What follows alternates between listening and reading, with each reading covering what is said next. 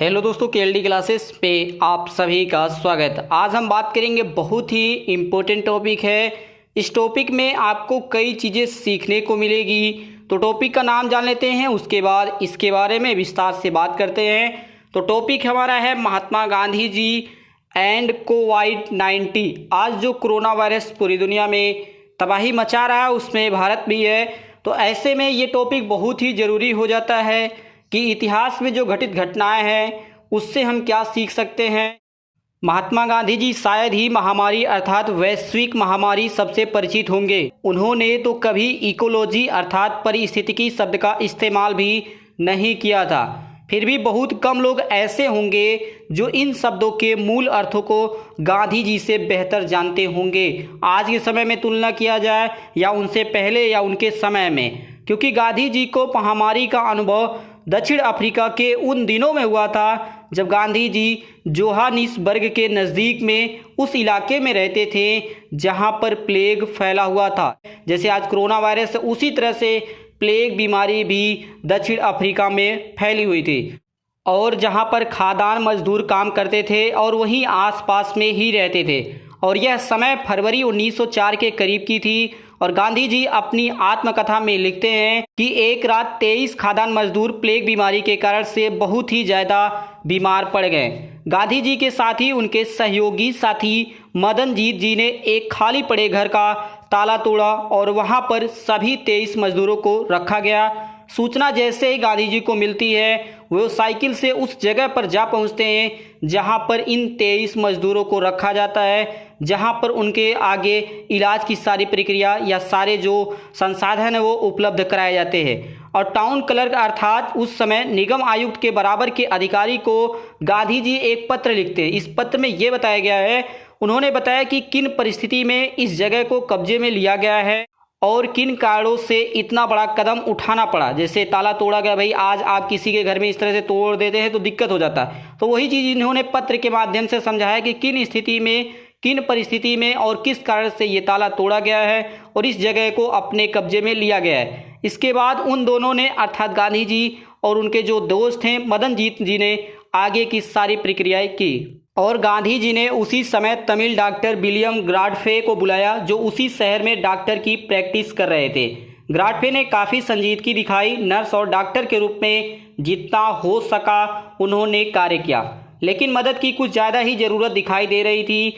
गांधी जी ने तुरंत अपने लॉ ऑफिस के 4 भारतीय नौजवानों को आने के लिए कहा। वो चारों युवक बिना किसी बहाना बनाए तुरंत वहां पर पहुंच जाते हैं जहां पर इन 23 मजदूरों को रखा जाता है। गांधी जी बताते हैं कि वह एक भयानक रात थी। मरीजों की देखभाल करना और नर्सिंग की जिम्मेदारी गांधी जी को दी गई थी, जिसमें वे सक्षम भी थे, लेकिन उन्हें इस बीमारी के बारे में कोई भी जानकारी नहीं थी कि ये प्लेग क्या है, कैसे फैलता है, इसके कैसे रोकथाम। बस उनको जैसा वहाँ पे बताया जा रहा था, चाहे वो तमिल डॉक्टर विलियम ग्राडफे हो या उनके दोस्त मदनजीत जी, उन्होंने जैसा जैसा उनको कहा वैसा उन्होंने सारी व्यवस्थाएं उस समय कर रखी थी। लेकिन डॉक्टर ग्राडफे के साथ साथ उनमें तमाम सहयोगियों को मरीजों को उनकी मर्जी के मुताबिक दवा की खुराक देना और बिस्तर को साफ सुथरा रखने और उनके हौसले को बनाए रखने के लिए जी जान से लगे हुए थे।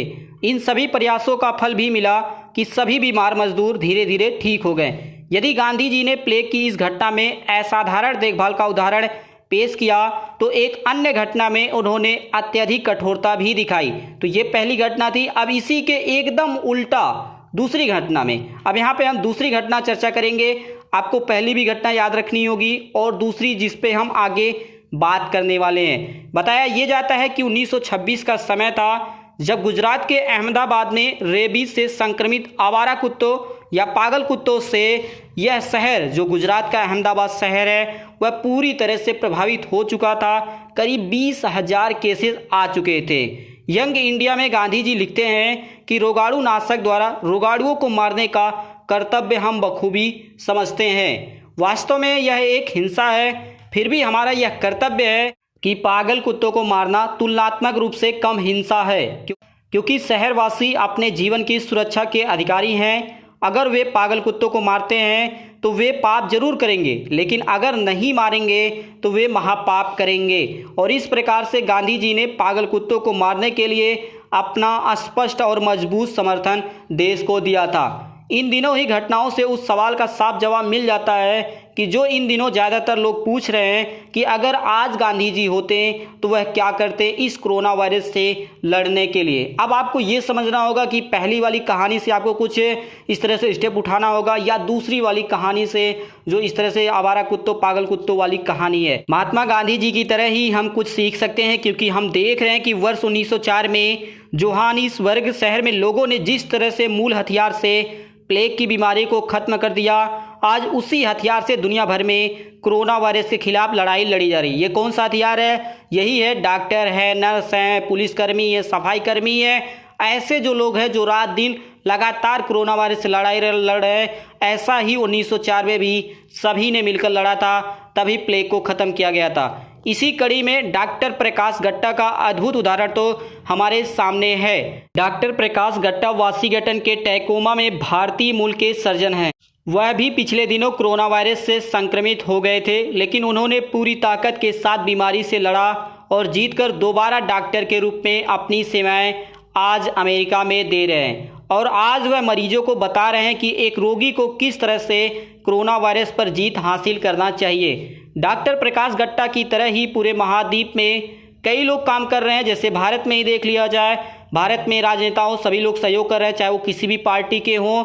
उसी के साथ साथ नौकरशाह, डॉक्टर, स्वास्थ्यकर्मी, नर्स, पुलिसकर्मी, सफाई कर्मी के रूप में तमाम ऐसे लोग हैं। कई ऐसे एनजीओ हैं और कई ऐसे संस्थाएं हैं जो लगातार रात दिन, बिना इस तरह से होता है कि रात दिन देखे हुए भी वह पूरी तरह से देश की सेवा में लगे हुए हैं, जिनको देश हीरो कह रहा है। इसके पहले तक हम हीरो उसे कहते थे जो फिल्म में गुंडों को मारा करते थे, और हम नागरिकों को बाजार के विधाताओं, हमारी राजनीतिक, सामाजिक और सांस्कृतिक सोच को नकारात्मक रूप से प्रभावित करने वाले लोगों और फर्जी बाबाओं, सभी धर्मों की मैं बात कर रहा हूँ, सभी धर्मों के फर्जी गुरुओं के स्थान पर हमें इन हीरो पर गर्व करना चाहिए जो आज बहादुरी के नायक माने जा रहे हैं, जो अपनी जान को खतरे में डालकर कोरोना वायरस को रोकने के लिए हर संभव मदद लगातार कर रहे हैं। जैसे अभी हमने आपको बताया कि चाहे वो नर्सेस हो, चाहे वो डॉक्टर हो, पुलिसकर्मी हो, सफाई कर्मी हो, कोई भी हो, जो भी आज जो देश की सेवा में लगा हुआ, हर एक दूसरे की मदद करने की कोशिश कर रहा, जिसके पास जो भी हो पा रहा। हमें आज इसलिए भी खुश होना चाहिए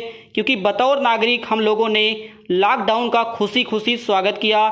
चाहे वो भारत में देख लिया जाए, अन्य देशों में भी ऐसा ही हुआ है, सभी लोगों ने इसका समर्थन किया है। कोई भी पार्टी या कोई भी संस्था इसका विरोध नहीं करे, क्योंकि यह एक मानव जीवन के ऊपर बहुत ही बड़ा खतरा आया है। इससे हम राजनीति तो बाद में कर लेंगे, लेकिन आज हमें सभी को बचाना होगा। इस लॉकडाउन के अनुभव से यकीनन हम व्यक्तिगत और सार्वजनिक स्वच्छता की ओर एक नई संस्कृति भी पैदा करेंगे। जैसा हमने पहले गलतियां करते आए हैं, साफ सफाई नहीं रखते या कुछ भी नहीं, ऐसे ही होते ना कि जिस पर हम ध्यान नहीं देते थे इसके पहले, लेकिन अब हम जब इससे उभर के आएंगे, नए एक तरह से जीवन के रूप में हमारा जीवन आएगा, हम इन गलतियों को दोबारा नहीं दोहराएंगे, जिसे हम स्वयं पर और दूसरों पर भी आसानी से लागू कर सकेंगे। हम एक ऐसा नियम बनाने की कोशिश करेंगे। गांधी जी की इकोलॉजी समझदारी ने हमें भौतिकतावादी सोच के प्रति पहले से ही जागरूक कर रखा था। आज यह सोच हमारे सामने मुंह बाए खड़ी हुई है, जो कोरोना वायरस है। हमने जिसका उपभोग किया, आज वह हमारा उपभोग कर रहा। कहा भी गया है कि कोई भी चीज़ जैसे प्रकृति में है, अगर हम उसको बहुत ही अधिक दोहन करते हैं तो वही प्रकृति एक दिन ऐसा कुछ करती है जिसके कारण से ही हमें सबसे अधिक नुकसान उठाना पड़ता है। आज बाजार निर्मित, बाजार द्वारा संचालित और बाजार से प्रभावित लालच को साफ सफाई की ज़्यादा परवाह नहीं है, जो कि इस महामारी के जन्म लेने की असली वजह मानी जा रही है। ऐसी किसी बीमारी के भयानक रूप से उभरने के प्रति श्रीनाथ रेड्डी जैसे विशेषज्ञ वर्षों से चेतावनी देते आ रहे हैं। अब वही लोभ लालच हमारे गले में फंसा है 2-4 हज़ार लोगों के, लेकिन दुख सभी को उठाना पड़ा।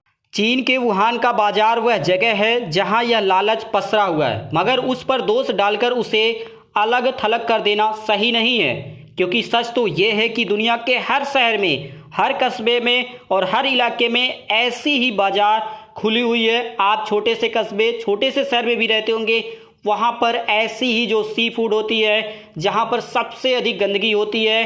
तो ऐसे में आप किसी एक देश को टारगेट नहीं कर सकते, चाहे वो चीन हो या कोई भी देश हो जहाँ से ऐसी बीमारियाँ फैलती हैं, क्योंकि ऐसी समस्याएं हर देशों में देखी गई है। देखा जाए तो वुहान का बाजार हम सबके अंदर है, क्योंकि हम ही तो इसका सेवन करते हैं। अगर हम ही इसका सेवन ना करें तो ऐसी बीमारी हमारे अंदर आएगी ही नहीं। तो सबसे बड़ा यही कहा गया कि सबसे बड़ा जो बाजार है वो हमारे ही अंदर बैठा हुआ है। हमारे अंदर ही मन करता है कि ये खा ले, वो कर ले, और बाद में जब समस्याएं होती हैं तो हम दूसरों को दोष देते हैं कि ये प्रकृति की गलती है या इस देश की गलती है, इस समाज की गलती है। ऐसा हम दूसरे के ऊपर आरोप लगाते रहते हैं। तो ये थी हमारी आज की सबसे इम्पोर्टेंट इन्फॉर्मेशन कि गांधी जी अगर आज होते तो क्या करते कोरोना वायरस के खिलाफ। यह भी एक प्रश्न बन जाता है। जो भी आपको जैसा लगे आप इस वीडियो के नीचे कमेंट बॉक्स में जरूर बताइएगा। इसी प्रकार से बने रहने के लिए आप सभी दोस्तों का KLD क्लासेस की ओर से धन्यवाद।